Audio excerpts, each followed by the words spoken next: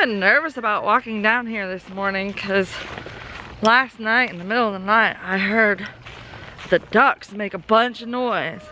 And we haven't had a single predator issue since we've moved with the ducks, since we've moved the ducks into their chicken net fence area and inside of the buck pen, which is electric around the outside and around them.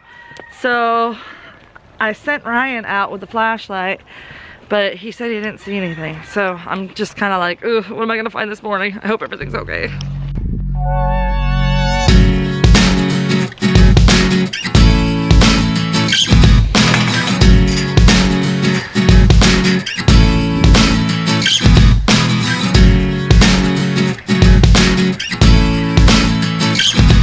Hello! How is everyone? Can I get a proper head count, please?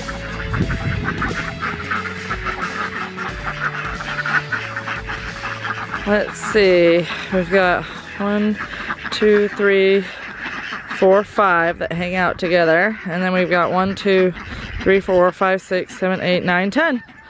I guess everybody's here, present and accounted for. I don't know what could have made them make that ruckus in the middle of the night. It's really weird.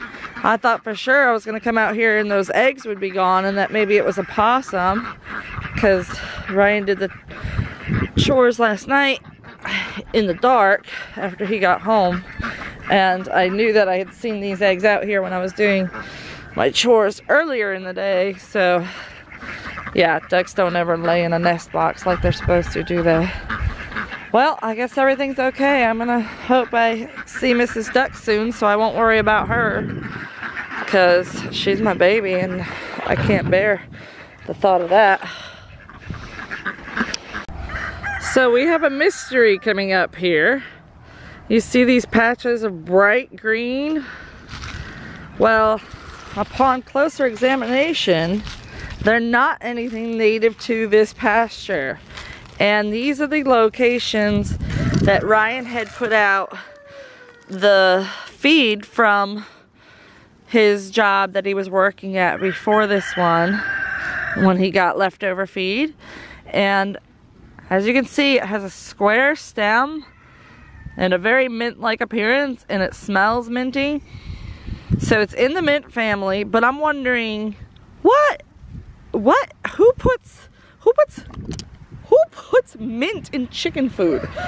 Or is there some type of seed, like is it some type of monarda, like a bee balm?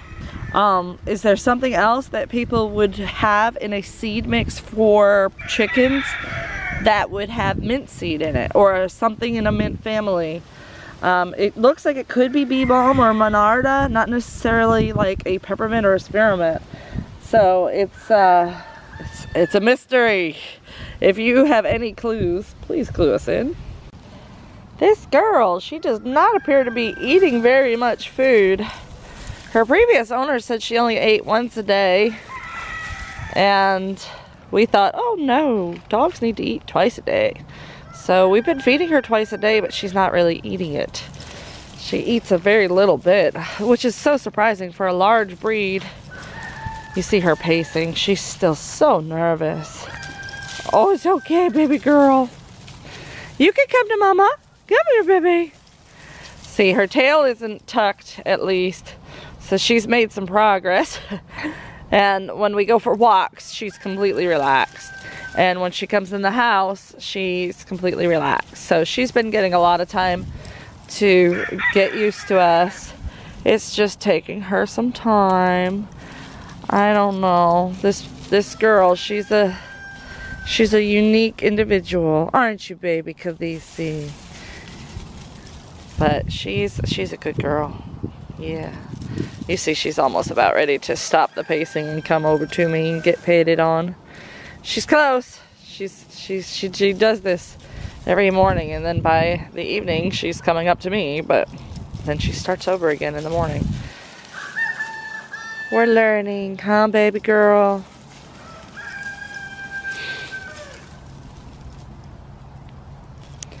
Pacey, nervous dog. Don't know what made you so nervous in your life, but I sure hope we can regain all your trust, honey bun.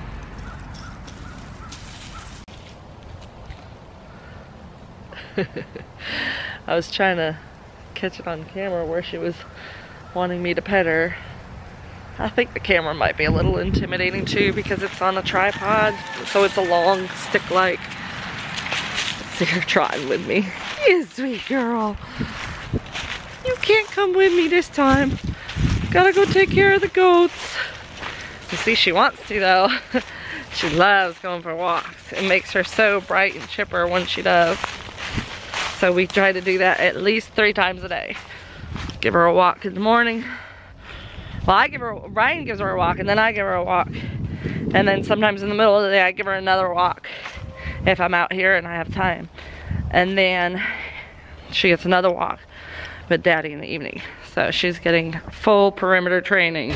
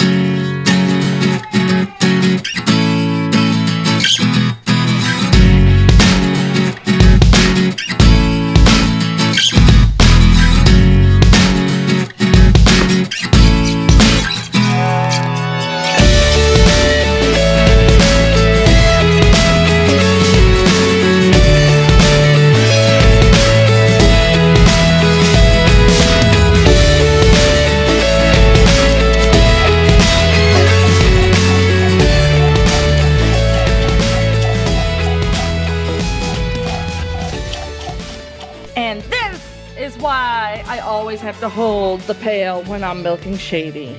I decided I was gonna set it down and set up a new angle and milk her from a different angle so you guys could see.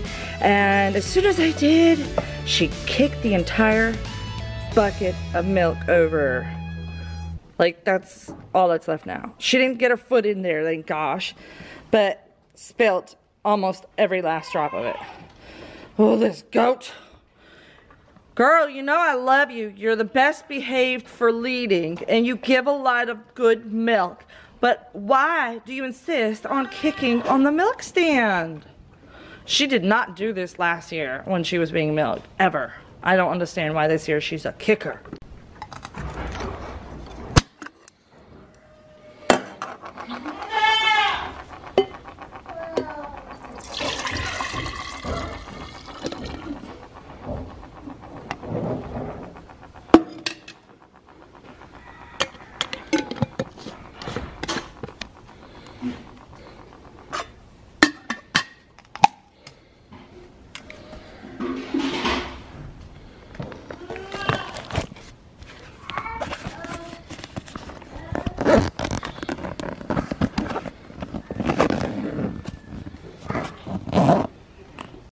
Yeah, just to prove the goats are all different. Then, compared to Shady, then I have Kitty. The goat that will not move, no matter what I do. With her, with milking. I can do one-handed, I can do two-handed, I can have the kids milk her, I can have 5 kids milk her all at once. She won't kick that bucket, her feet don't come up. She just stands there. She eats her food. Even when her food is out, she still doesn't kick, which a lot of goats will kick when they run out of their food that bribes them. But not kidding, she is so easy on the milk stand. But she's the one who you cannot open that barn door without holding onto her collar, because as soon as you open that barn door, she runs out and pays you no attention when you try to get her to come back. So she'll take off and run all through the pasture and wear me out if I don't remember to grab a hold of her collar.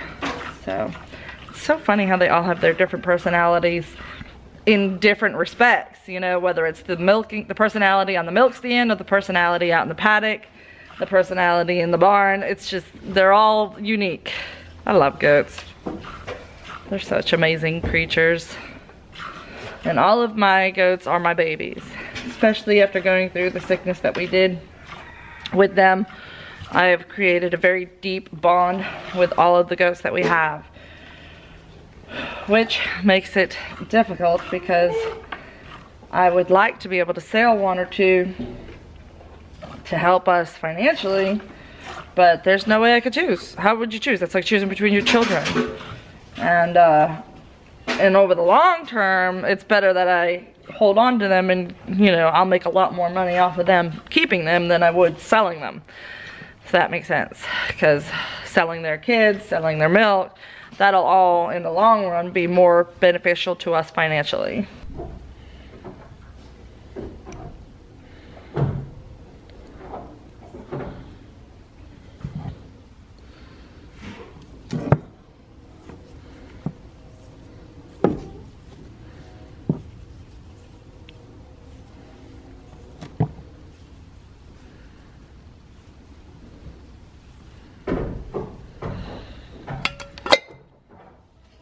Oh boy, guys, I tell you, I've been using every single thread of my being to try to stay positive lately with everything that we've had going on, both what I've told you and what I haven't told you. So I know goats get diarrhea. It's not completely out of the ordinary, and it doesn't mean that it's the same sickness we dealt with in the summer. But yeah, so Hearts has diarrhea really bad, and I noticed it right away and was like, okay, she just kidded. So that's natural. It could be a parasite upsurge, or it could just be hormones. Lots of times they have diarrhea after kidding. So I wasn't too concerned about that. I was like, okay, well, I'm gonna get her herbs and her slippery elm and prepare that for her and go ahead and finish everybody else. And then I'm gonna get her up on the milk stand and get a fecal sample so I can take a look at it under the scope and make sure we're not dealing with parasites. I don't think that's what it is. It could be though, because she did just kid. So I got it all mixed up and I was like, okay, who's next? I gotta get Willow up on the milk stand. She's in the same stall as Hearts. So I open the door, I say, Willow. She comes out, and she goes running up onto the milk stand, and she has diarrhea on her back end. So when I was seeing all the diarrhea in the stall, it wasn't just from Hearts. It's from Willow too. Willow didn't just kid.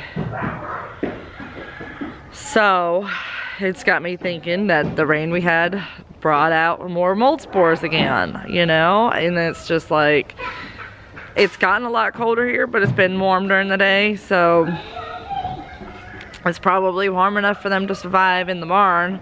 I'm guessing maybe in the bedding, if they're digging underneath and getting to the lower bedding. I don't know. So, needless to say, these goats that are the love of my life and bring me so much joy can bring me so much stress too. But I've got it already mixed up, so I just dosed Willow and I'm trying to get her to eat her grain. She didn't have very much milk either, so I'm feeling like she doesn't feel well. So I went to grab the thermometer to take the temperature, and I realized I brought it up to the house after the kidding. Because I had it in my pocket after taking the baby's temperature to make sure the baby's temp was okay. So I'm gonna finish letting her eat, and then I'm gonna give Hearts a chance to eat and get some of these herbs and slippery elm, and then I'll go up to the house and chill and filter and chill the milk and get the thermometer and come back down and take both their temperatures, make sure it's okay, get a stool sample, get it under the microscope, do that, go through all the stages that I need to. If I don't see anything in the stool sample, I can presume that there's not a parasite outbreak, but more so likely that it's a mold toxicity outbreak again. So cross your fingers nobody else gets sick. Hearts could be unrelated, it could be just hormones, but I'm gonna like I said, I'm giving the slippery elm and the herbs now, and then later on today I am gonna give the charcoal. I usually do the reverse order. I give the charcoal first, but because I thought it was just pregnancy hormone stuff, I had already mixed up the slippery elm and herbs. So I'm just gonna go ahead and dose that now, and then wait and let that have a chance to be absorbed in the body, and then do the charcoal, just in case it is the mold. So we're covering all our bases and trying not to get stressed out about it. Yeah.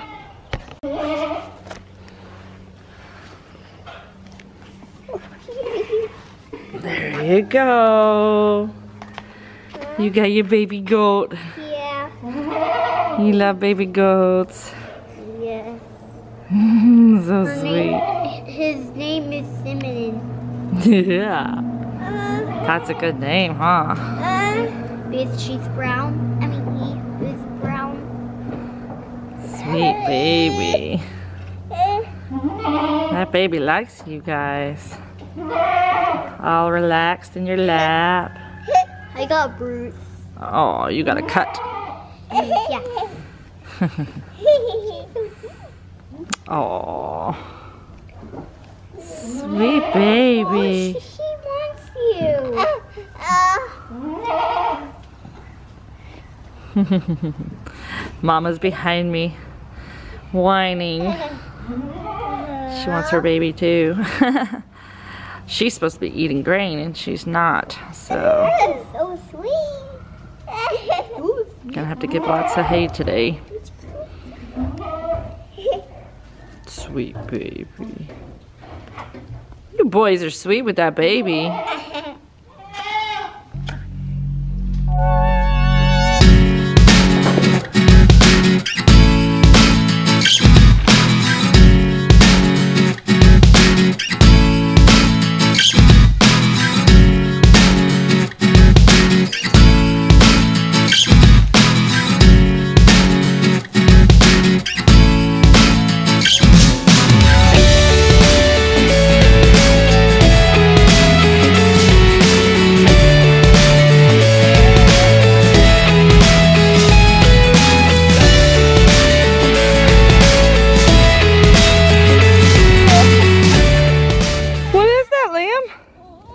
Is that your leaf pile? Yeah. You love it? Did you make it with a stick? Yeah. You did a good job. Now what do you do? Ah, you jump in it.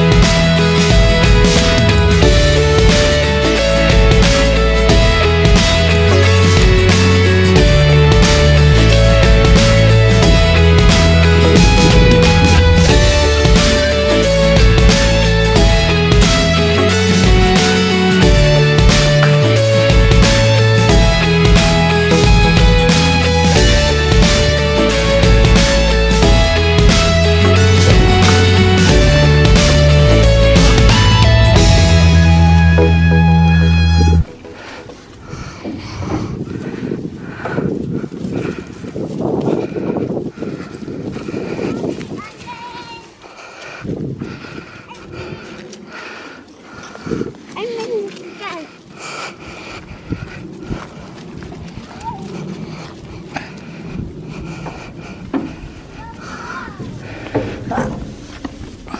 You just stepped on my foot, Shady.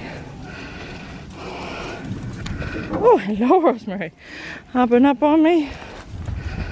Oh, you guys have been separated for a while. Gotta make up for lost time, huh? Silly gooses. You babies. You babies. So, just because we've got so much other stuff going on, I'm not gonna bother dividing up into breeding stalls today. So all the girls together today and all the boys will be together today, just to make things easier on mommy right now, because I've got to run up to the house a couple of times, run back down to the barn a couple of times, so I don't want to mess with it. Gotta choose my battles.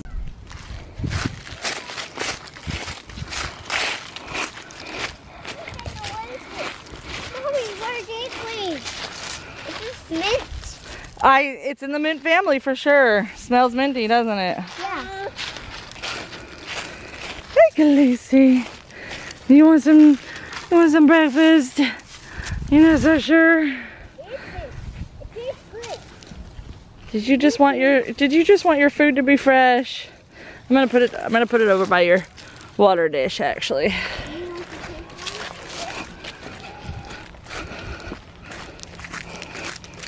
Try to stay consistent with everything with her. There you go, girl. You're feeling frisky and playful this morning. You coming? See, she likes to come up behind me to get the petting. You see that?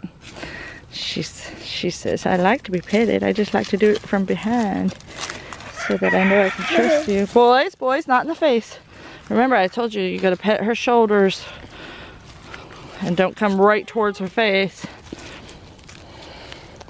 Khaleesi has shown a much more tender side of herself to these boys than she does to us grown-ups. And she seems to understand them more. I think that the kids at her old house played with her a lot, so she likes them boys.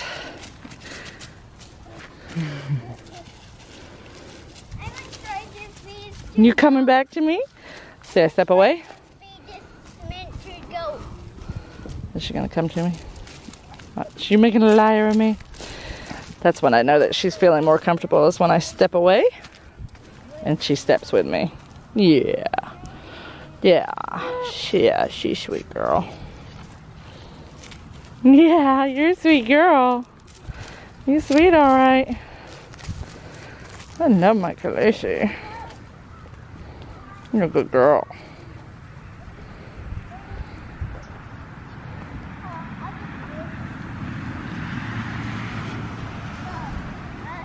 You silly bucks, fighting over that food. You got good hay over there in the other container, you know. I don't give them a lot of grain, so it's like a treat. It's a treat, just enough to get you in there. Cooperate. Yeah, Bo. You're looking for your girls, aren't you, Bo? I don't think anybody's in heat today, so it was a good day to take a little break. The boys probably need a break. That fence is hot, Liam, so make sure you don't touch the wire. Okay? Yep, that wire. Yeah, that one's hot. It hurts. There's nothing in that one, is there? There they go. They found their hay. Eugene's eating it anyway. Eugene will eat anything. That big fat weather. That's one goat that I'm sure people think, boy, I wish I had left that one a buck. He is beautiful and big. Would have added some nice genetics to our herd. He's so handsome. But alas, he doesn't have any way to procreate. Yeah. Hi, Flowers. Zephyrnetta, you're so cute. Bo, you're so cute too. You're both. Oh, and Eugene too. Oh, if somebody's petting you, you gotta all come up to be petted, huh? Oh, my baby boys. I tell you. Sweetest goats. And I can be relieved now because Mrs. Duck is accounted for and she looks fine. So I don't know what I heard last night. Weird. So for today, I'm just gonna have to smile until I feel it. Fake it till I make it. And not get myself worked up or stressed out. But I tell you guys, I know a lot of you have said that you look up to me and you look to me for inspiration, and I appreciate that, but you guys are my inspiration because you guys make me want to keep doing a good job. There are times when this farm life really just makes me want to throw in the towel because it's hard, but the benefits are so worth it. We will definitely not starve during our time of need because we have food from our farm that will provide us and take care of us and help us through. So it's been beneficial to have the farm during our financial hardships. So it's a good thing. There are times where I feel like I'm just not cut out to be a farmer. There are times where I feel like I'm just not cut out to be a mom. There are times when I just want to say, forget it, I give up, I don't want to do it anymore. It's too hard. But gosh darn it, I've got you guys cheering me on and encouraging me to keep going further and to do better every day. So if I didn't have these videos to keep making, who knows, may have already quit. Not likely, but you never know. Sometimes when you're at the end of your rope, you just give up. And that's just not an option because I have to stay strong for my kids and stay strong for you guys. So thank you. Thank you for giving me the strength that I need to keep going. I appreciate it. Thanks for watching. You know the drill. We'll see you next time on Wholesome Roots.